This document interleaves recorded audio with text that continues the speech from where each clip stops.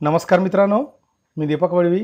मित्रांनो, आजच्या या व्हिडिओत आपण पाहणार आहोत सखी सावित्री समिती याचे प्रोसिडिंग लेखन व इतिवृत्त लेखन कसे करावे या संदर्भात सविस्तर माहिती आपण या व्हिडिओत जाणून घेणार आहोत. माहे एप्रिल 2025 करता सभा क्रमांक 11 साठी हे लेखन करण्याचा प्रयत्न केलेला आहे. मित्रांनो, त्याआधी जर आपण या चॅनलला नवीन असाल, लाईक करा, आपल्या मित्रांना हा व्हिडिओ शेअर करा आणि या चॅनलला सबस्क्राईब करायला विसरू नका. तसंच मित्रांनो, आपणास जर या सखी सावित्री समितीची PDF किंवा वर्ड फाईल हवी असेल तर मी डिस्क्रिप्शनला जी लिंक दिली आहे त्यावरनं आपण हे मिळवू शकता. या ठिकाणी शाळा, केंद्र, तालुका, जिल्हा आपणास टाकून घ्यायचा आहे आणि 3 एप्रिल 2025ला मी ही सभा घेतलेली आहे, म्हणून ती तारीख या ठिकाणी मी टाकून घेतलेली आहे. ठराव किंवा ठरावाचा तपशील थोडक्यात या पद्धतीने लिहून घ्यायचा आहे. दिनांक 3 एप्रिल 2025 रोजी या ठिकाणी शाळेचं नाव टाकून घ्यायचं आहे. यांच्या अध्यक्षतेखाली सखी सावित्री समितीची सभा घेण्यात आली. सदर सभेसाठी श्री टिंबटिंब शाळेचे मुख्याध्यापक उपस्थित होते.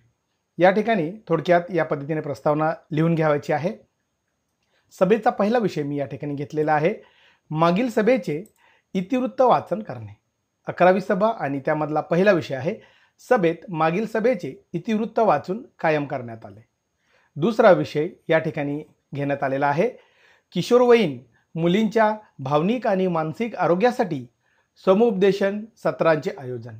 फार महत्त्वाचा असा हा सखी सावित्री समितीमधला विषय आहे.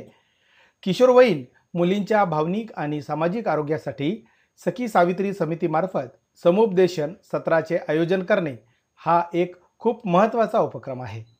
या वयात मुलींना अनेक शारीरिक, मानसिक व सामाजिक बदलांना सामोरे जावे लागते आणि त्यातून मार्ग काढण्यासाठी योग्य मार्गदर्शनाची गरज असते, असे सखी सावित्री समितीच्या अध्यक्षा यांनी सभेत सांगितले. व भावनिक समतोल राखणे, शारीरिक बदलांबाबत जागरूकता, नातेसंबंध व संवाद कौशल्ये तसेच तणाव व अभ्यासाची नियोजन, स्वतःवर विश्वास व आत्मसन्मान, मी चांगली आहे, मी करू शकते हा दृष्टिकोन निर्माण करणे, या सर्व विषयावर सखोल चर्चा आजच्या या सभेत करण्यात आली व समुपदेशन सत्राचे आयोजन करण्याबाबत ठरवण्यात आले व तसा ठराव या ठिकाणी मंजूर करण्यात आलेला आहे. सूचक अनुमोदक आपणास टाकून घ्यायचा आहे. तिसरा विषय या ठिकाणी घेतलेला आहे. शालेय जीवनातील तणाव, इंटरनेटचा वापर, शैक्षणिक दबाव यावर मार्गदर्शन. फार महत्त्वाचा असा हा देखील विषय आहे. शालेय जीवनातील तणाव, इंटरनेटचा अतिरेक आणि शैक्षणिक दबाव हे आजच्या किशोरवयीन विद्यार्थ्यांसमोरचे खूपच महत्त्वाचे प्रश्न आहेत. सखी सावित्री समितीमार्फत या विषयावर मार्गदर्शनाचे सत्र राबवणे म्हणजेच मुलींना सकारात्मक दृष्टिकोन आणि कोपिंग स्किल्स देण्याची संधी आहे, असे सर्वानुमते ठरवण्यात आले. आजच्या या आधुनिक युगामध्ये विद्यार्थ्यांना शालेय जीवनात इंटरनेट हे खूप महत्त्वाचे शैक्षणिक साधन झालेले आहे. इंटरनेटमुळे बरेच प्रॉब्लेम जे विद्यार्थ्यांच्या मनात असतात ते त्यांना मार्गदर्शन मिळत असते. इंटरनेटच्या सुरक्षित आणि मर्यादित वापर शिकवणे हे आपल्या सखी सावित्री समितीच्या माध्यमातून देणे गरजेचे आहे. अभ्यासाचे नियोजन, वेळापत्रक बनवणे तसेच इंटरनेटचे दुष्परिणाम हे देखील समजावणे अत्यंत महत्त्वाचे आहे.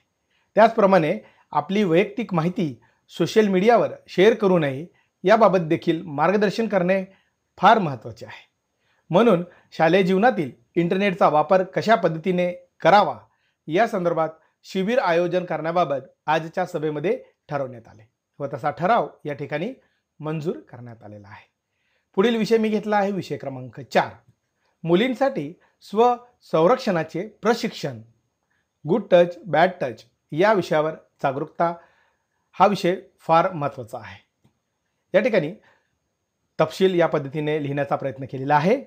स्वसंरक्षणाचे प्रशिक्षण आणि गुड टच, बॅड टच यावर मुलींमध्ये जागरूकता निर्माण करणे हे सखी सावित्री समितीच्या उद्दिष्टांमध्ये अगदी केंद्रस्थानी असलेलं काम आहे.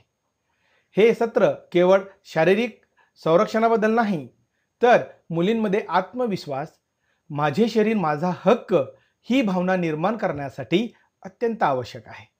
मुलींना त्यांच्या शरीराबद्दल आत्मभान व हक्कांची जाणीव करून देणे, स्पर्शाच्या प्रकारांची ओळख व त्यावरील योग्य प्रतिक्रिया, संकटसमयी आत्मसंरक्षणाचे तांत्रिक व मानसिक तयारी, यामध्ये गुड टच म्हणजेच आईवडील यांच्या प्रेमाने दिलेला सुरक्षित स्पर्श हे समजवणे फार महत्त्वाचे आहे. तसंच बॅड टच म्हणजे काय, लपून छपून केलेला स्पर्श, अस्वस्थ करणारा तसंच भीती वाटणारा स्पर्श ओळख कशी करायची, उदाहरणे व चित्रांच्या माध्यमातून देण्याचे ठरवण्यात आले.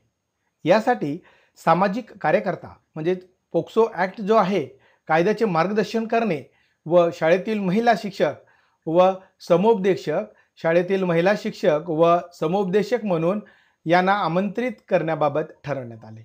वरील सर्व विषयासाठी सर्वानुमते एकमतीने ठराव मंजूर करण्यात आलेला आहे. या ठिकाणी हा ठराव मंजूर करण्यात आलेला आहे. सूचक अनुमोदक आपणास टाकून घ्यावायचा आहे.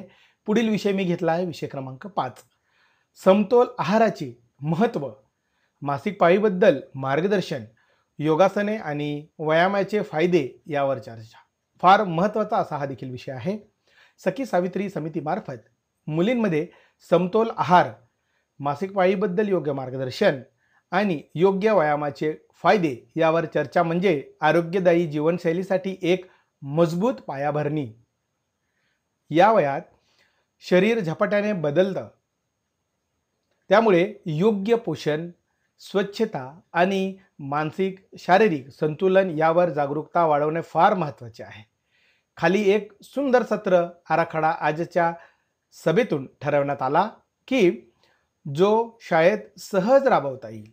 मुलींना शारीरिक, पोषणात्मक आणि मानसिक आरोग्याबद्दल योग्य माहिती देणे, तसेच व्यायाम, योग आणि स्वच्छतेच्या दिनचर्येत समावेश करण्याची सवय लावणे.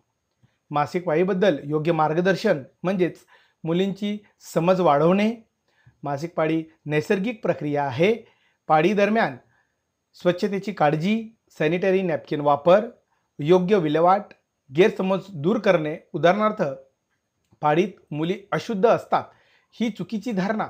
वरील सर्व विषयासाठी आपल्या सखी सावित्री समितीच्या अध्यक्षा यांनी या विषयावर सखोल असा अभ्यास करून मार्गदर्शन करण्याबाबत या सभेत सांगितले व या उपक्रमाचे आयोजन देखील ठरवण्यात आले आणि या कार्यक्रमासाठी गावातील महिलांना देखील आमंत्रित करण्याचे ठरवण्यात आले व तसा ठराव हा मंजूर करण्यात आलेला आहे.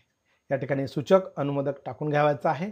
पुढील विषय घेतला आहे मी विषय क्रमांक 6, बालविवाहाचे दुष्परिणाम आणि मुलींच्या शिक्षणाचे महत्त्व यावर जनजागृती करणे.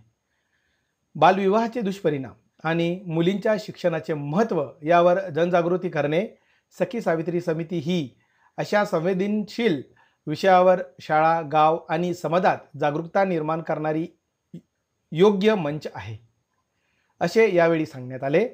सखी सावित्री समितीमार्फत जनजागृती सत्र म्हणजेच बालविवाह नको, शिक्षण हवं, बालविवाहाच्या दुष्परिणामाची माहिती देणे, तसेच मुलींच्या शिक्षणाच्या फायद्यांविषयी सकारात्मक दृष्टिकोन तयार करणे, विद्यार्थी, पालक आणि समुदायात जागरूकता निर्माण करणे, 18 वर्षाखालील किंवा 21 वर्षाखालील मुलींचे लग्न गैरकायदेशीर आहे, PCMA ॲक्ट 2006 हे समजावणे, शारीरिक आरोग्य धोक्यात, शिक्षण अर्धवट राहते, आत्मनिर्भरता हरवते, कौटुंबिक हिंसाचाराची शक्यता वाढते, बालपण हिरावून घेतले जाते, तसेच मुलींचं शिक्षण, उज्ज्वल भविष्य शिक्षणामुळे, तसंच आत्मविश्वास, निर्णय क्षमता निर्माण होते, स्वावलंबन आणि आर्थिक स्वतंत्रता, तसेच समाजात आदराने जगता येतं, शिक्षित महिला म्हणजे शिक्षित कुटुंब, मुलगी शिकली तर प्रगती झाली, ही फक्त मन नाही ती एक क्रांती आहे, हे समाजात रुजवणे फार गरजेचे आहे. अशा या वेळी या सखी सावित्रीच्या समितीच्या बैठकीत ठरवण्यात आले व जनजागृती मोहिमेवर सर्वानुमते ठराव मंजूर करण्यात आला व याबाबत नियोजन देखील करण्यात आलेले आहे. या ठिकाणी सूचक अनुमोदक आपणास टाकून घ्यावायचा आहे. मी ते 6 विषय या ठिकाणी घेतलेले आहे. आपणास जर 1-2 विषय अजून ॲड करावायचा असेल आपण या ठिकाणी करू शकतो. मी शेवटचा विषय या ठिकाणी घेतला आहे, ऐन वेळेसचे उपस्थित होणारे विषय. ऐनवेळेसच्या विषयावर सखोल चर्चा करून श्री टिंबटिंब यांनी सभेस उपस्थित सर्व सदस्यांचे आभार व्यक्त केले. अशा पद्धतीने खेडीमेडीच्या वातावरणात अध्यक्षा यांच्या संमतीने सभा संपन्न झाली असे घोषित करण्यात आले. या पद्धतीने माहे एप्रिल 2025 करिता सखी सावित्री समितीचे इतिवृत्त लेखन, प्रोसिडिंग लेखन या पद्धतीने करण्याचा प्रयत्न केलेला आहे. आपणास जर हा व्हिडिओ आवडला असेल लाईक करा, शेअर करा आणि सबस्क्राईब करायला विसरू नका. धन्यवाद मित्रांनो.